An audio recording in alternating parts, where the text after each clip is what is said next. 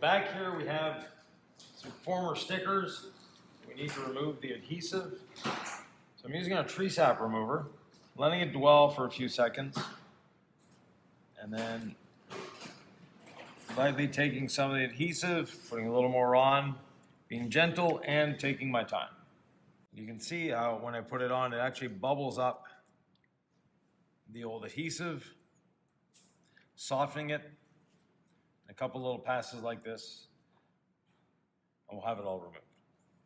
As you can see, the paint here is all pretty scratched up already, so I'm not too worried about scratching it, but we are going to be correcting the paint, making it look a lot better than it is now, getting it ready for the ceramic coating.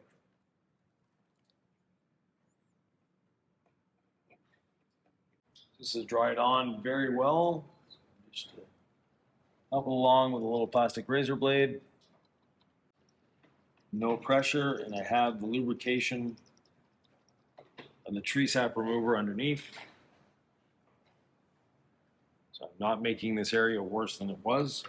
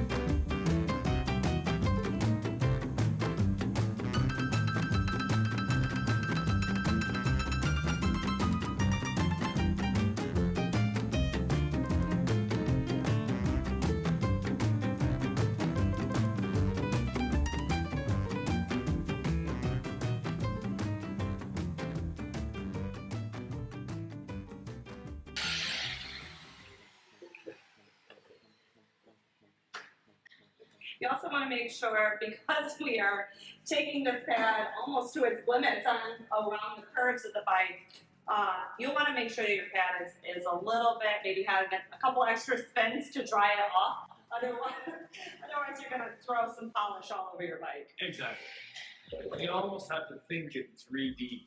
So there are places where the polisher doesn't seem like it's going to fit, and if you just change the angle slightly, it fits in beautifully. Yeah, absolutely. So like around these handles, I was able to get around the handle without a problem. I don't need a 3-inch and a 1-inch and a 1/4-inch polisher. I can get in just about anywhere on this motorcycle using a 6-inch pad.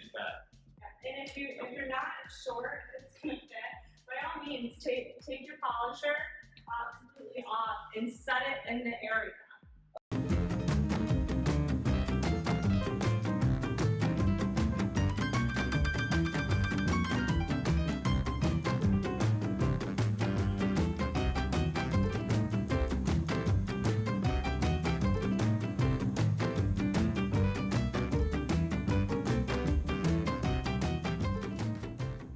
This is one of the only times that I actually don't use the trigger lock, because if I need to let go of it and stop it, I can.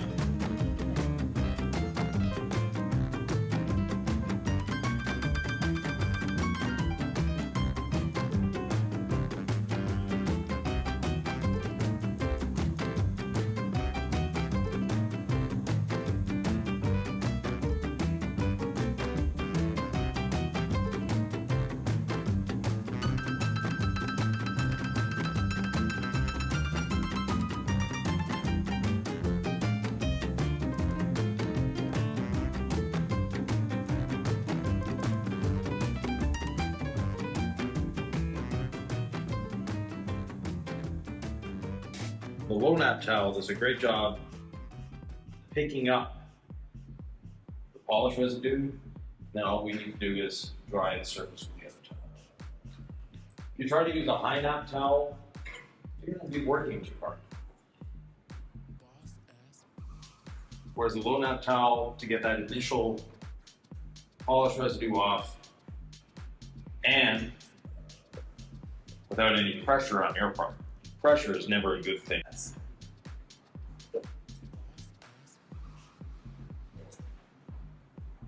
Christine's using a high nap terry weave, and I'm using a twist loop towel. Both do the job In fact, this just happened to be the one that I grabbed. right. There's no right and wrong here.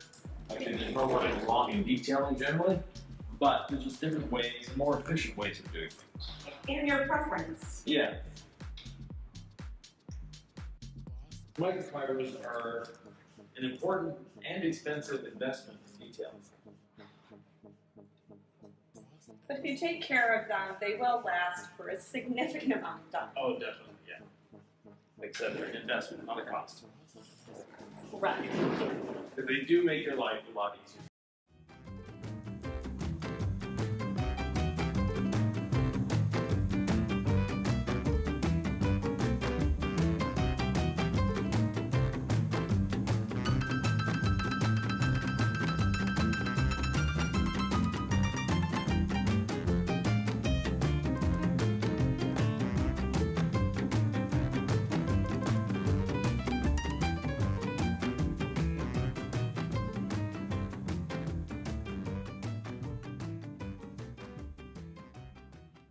So like we do on cars, we can do the same thing on motorcycles.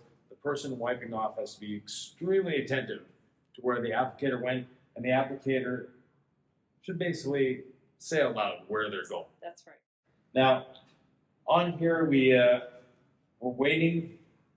The coating is on there. We're waiting till we get about 50% of that oil slick on water look is gone. Once 50% is gone, I'm going to try with the towel, and yeah, it just wipes away like butter. Levels like butter, I should say, because we're not actually removing the coating. We're leveling the excess and spreading it to the areas that are already cured. And in doing so, we end up with a nice, even coating everywhere where we need it, protecting the bike beautifully. And it's immediately slick. This graphene coating is really fun for that. You know exactly where it is because you can feel it.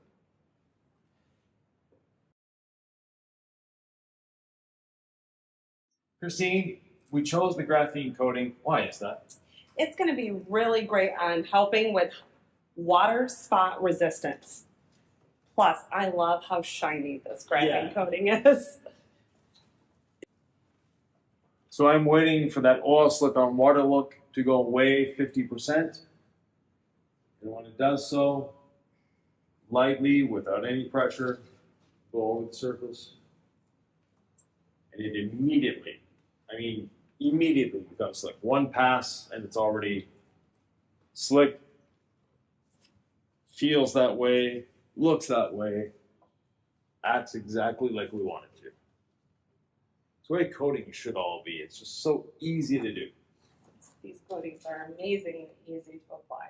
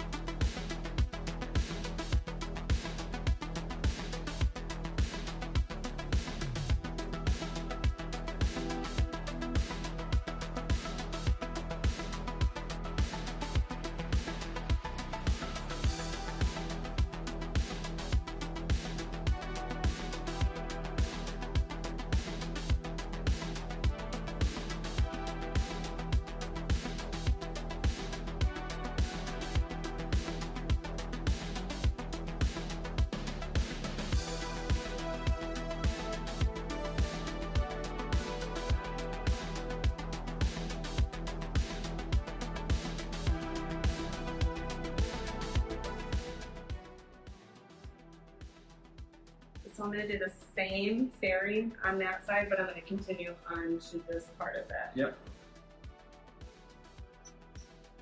Yeah, the coating's taking a good couple minutes to set up, so we're not in a rush.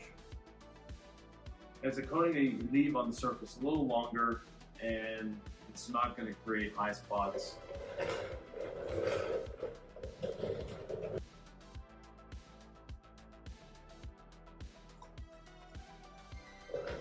Ivan said we're not rushing. Don't have anything really urgent to do. This should be a very nice, relaxing project for you to do. Yeah, ceramic coating, don't be in a rush. No. If we were in my shop, I'd have the music cranked up. Yeah. Basically, you worked hard to get to this point. That's a great point. And this is the easiest part of doing ceramic coating, is actually applying. The prep is where you're doing all the work. Sit back and enjoy it. Yeah.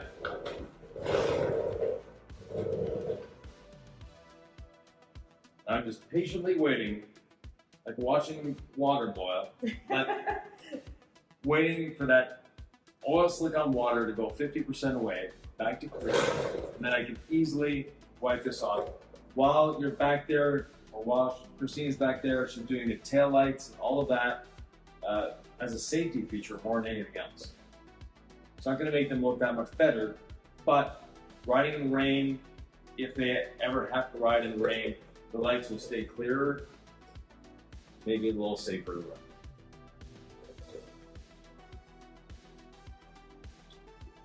Almost there. With ceramic coating, you want to be very careful not to over apply. And this is a mistake a lot of people make, trying to put it on thicker. Yes. Thick is not good. Nice, consistent, thin and even layer is what you're going for. Exactly. Because if you have it too thick, you can level the level the coating. It doesn't look like you have any high spots, and then an hour or so later, bingo, you've got high spots everywhere, and you remember that you coated and leveled everything. But if you put it on too thick, the coating, as it's going from that oil slick on water look to the clear look, it's actually forming a little crust. And if you trap solvent and coating under there, you're leveling it, it looks good, but it's still coming through. So resist the temptation to overapply. Ivan is making really great points, but we also don't want you to stress out too much while applying this coating. Everything can be fixed. Yeah. And then you learn for the next time. Exactly. Basically, if you can wax, coating is easier. There's a few little technical tips. It's a skill that you learn. Once you've learned the skill, it's happy. This whole frontal area gets used. Insects love it. They don't love it, they lose their lives on it anyways. I don't think an insect is capable of love, but we'll see. You never know. You never know. Nonetheless, we'll make it much easier to clean the next time this rider happens to confront an insect. So Christine, I'm going to do this side of it, including the headlight, housing. And while I'm on this side, I'm going to do the fork and also the footrest.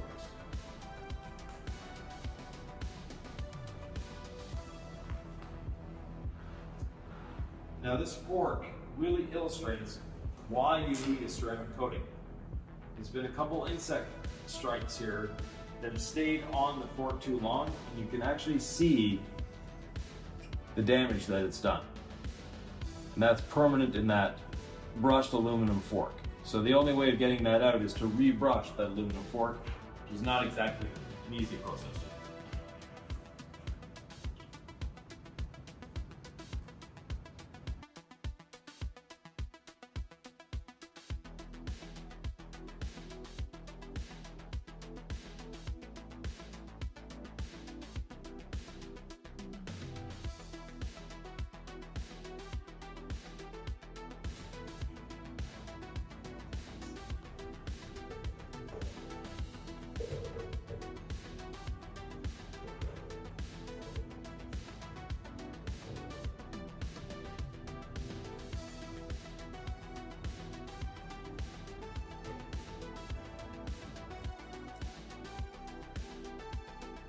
On this side, we start with the cylinder heads, then the horn cover, which in this case is installed, and then I'll get the gear case cover here, both for the crankshaft or the transmission.